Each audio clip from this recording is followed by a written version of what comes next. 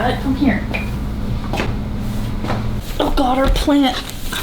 Turn it long ways. I'm turning it long ways. Oh my God. I'm trying. Oh God. Okay, hold on. No, it's okay. I got it. Hold on, I gotta take the back strap off. Hello everybody, it's your favorite faux fur wearing YouTube artist here. Well, maybe, that's pretty bold of me to assume, but I don't know any other artist on YouTube who like rock faux fur like... Now, as you guys know, recently I have been doing a whole entire studio revamp to my little art room, and I've come to the conclusion that it's very cramped in here. There's very, very little space. So I got to thinking, you know what would make this tiny little cramped room that much better? A 5-foot giant canvas. That'll solve my lack of space issue. So yeah, as you guys can tell by the title of this video and literally what I just said, I'm going to be painting on the largest canvas that I could find. And it just so happens to be a 5-foot by 4.5 feet canvas. So with that being said, we're just gonna jump right into it today because there is a lot of painting and work that I need to do. So yeah, let's go ahead and start.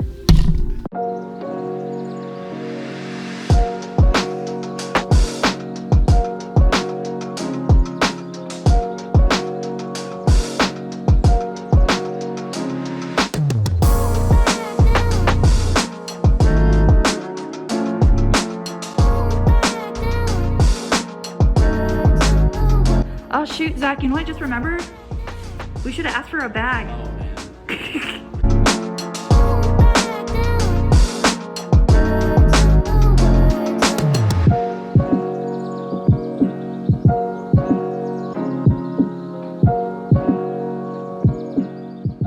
Well, Zach, thank you for your help. I appreciate it, but I got it from here.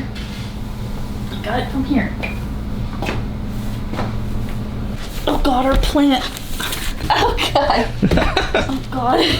Oh my God. I'm trying. Oh God. Okay, hold on. No, it's okay. I got it. There's so much stuff in our house. Okay, I got it. Thank you. Now, I hope you guys are enjoying my new backdrop because it's the fucking canvas. I'll move it slightly out of the way. That way it's not just like a white void behind me. There we go, that's better. Now the official dimensions for this canvas is 48 inches by 60 inches.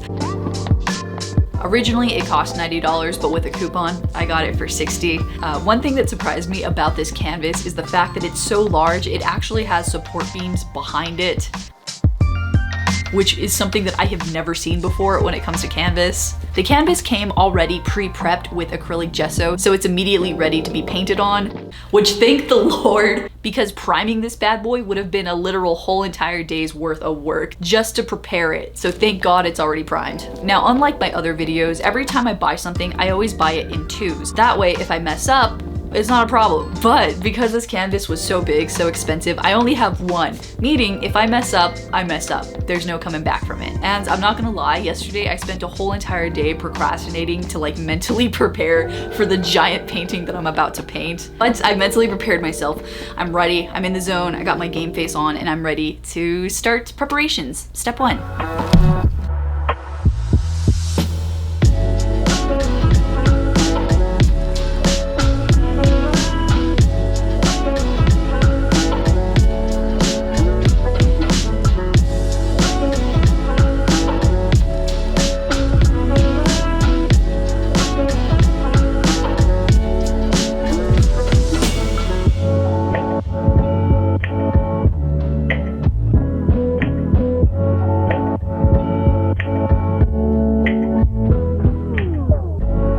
All right, now that everything's set up, I'm ready to start finally painting. The next question is, what am I gonna paint? And originally I thought maybe like a giant portrait, like a giant face on here, but I can't think of one single person whose face I would want hanging over my couch, judging me as I down a whole bag of chips. I can't think of one. So I'm going to be painting a landscape, but it's not gonna be a regular landscape, it's gonna be a cool landscape.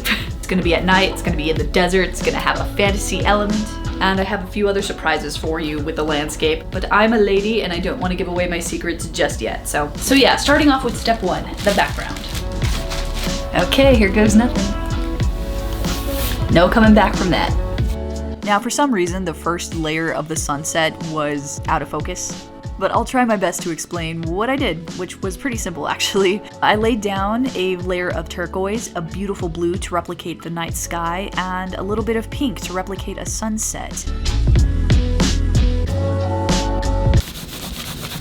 It hasn't even been 30 minutes in, and I've already created what can only be described as a brutal murder of a smurf. Just blue splatter everywhere. Here I am going in with just pure paint to like make the colors pop even more.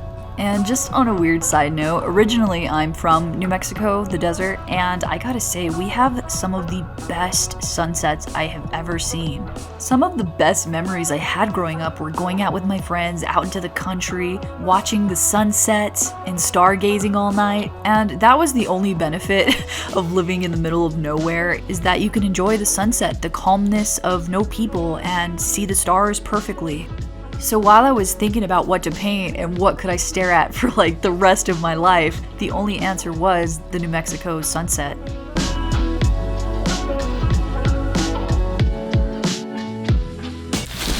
Well, that took longer than expected. So long that it's actually the next day, as you can tell by my makeup change. What ended up happening was so frustrating. Right before I put on the stars, an evil drip of water at the very, very tip top like dripped all the way down and left like a white trail all the way down. So I basically ended up having to redo this whole entire section all over again because of that one evil drip of water.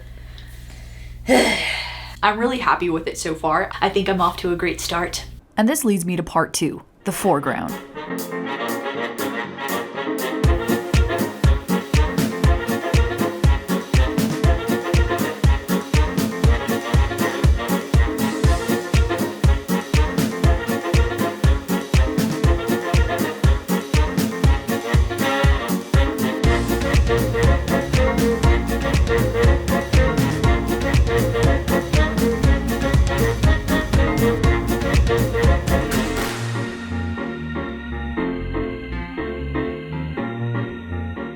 Woot woot! It's coming out so great so far.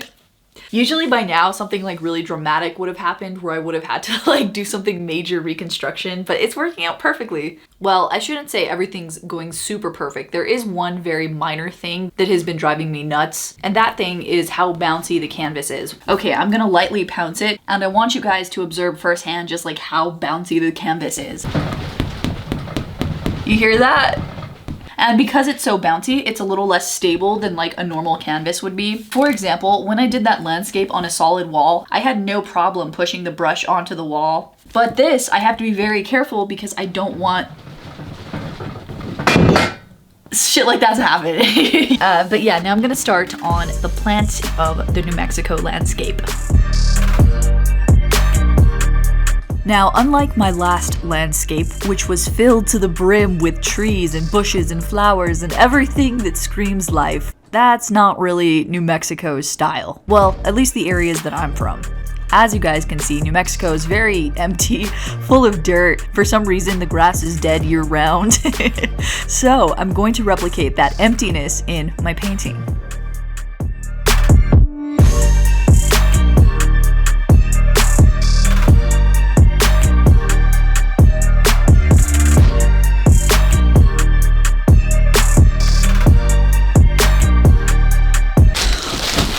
So it is currently day 3 that I have been working on the painting. And out of all the days, I would say that today is arguably the most exciting because I can finally reveal the surprises that I have regarding this painting. Now, if you're not aware, originally I'm from Roswell, New Mexico. Now, Roswell is very famous for an old UFO sighting from the 1940s, and still to this day, in 2020, people will flock from all over the world to come to my little hometown to see all the alien-themed items that we have. For example, the streetlights, aliens. There's a UFO museum, hotels and restaurants have aliens, street signs, parades. We have a whole entire festival every single summer. Well, not this summer, but usually every single summer dedicated to UFOs. Even the freaking McDonald's is in a shape of a UFO.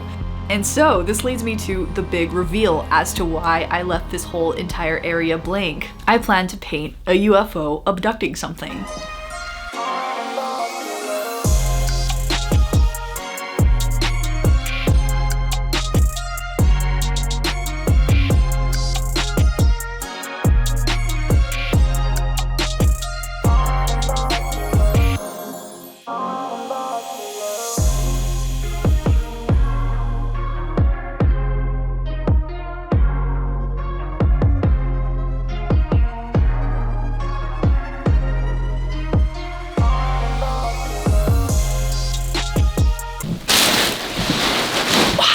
Usually whenever you see alien abduction pictures, it usually involves some kind of cattle getting abducted. But I decided to do a personal little twist, and I painted a little thicky thick dog in honor of my personal favorite thicky thick dog, Miss Bowie. In fact, let me turn the camera around and I want you guys to see what she looks like at this exact moment. Wow, really? Really, Bowie? Wow. But anyway, for this last step, consider it a PSA for all my artists out there. Paint your damn edges. Painting your edges will make the painting look that much more complete and a little bit more professional and put together. Hypothetically speaking, if I was to put a custom frame on this canvas, depending on the material, it might have made this canvas very, very heavy. And secondly, it might have cost a pretty penny. So in this case, I did opt for a beautiful blue to frame the edges. And with that being said, 4 days worth of painting and one ruined pair of shorts later, here's the final piece. Add it up, bankroll, euro, peso, add it up, I'm just doing me, everything is on me, oh you matter what, add it up, bankroll, euro, peso, add it up, I'm just doing me, everything is on me, oh you matter what, add it up, told her if it's all me, everything is on me, gon' back it up, matter what. Hi, it's me and Bowie. Before the video ends, I would like to give a huge shout out to Arta Chloe Rose and her podcast, Spilling the Paint Water. She recently had me on as a guest. We talked about some very personal things, our friendship, funny stories. I'll link the YouTube video down below. It's also on Apple Music and soon to be Spotify. And yeah, guys, I've been doing a lot of extra editing and putting a lot more effort into my videos, so I hope you guys enjoyed it. And with that being said, I will see you guys next video. Bye!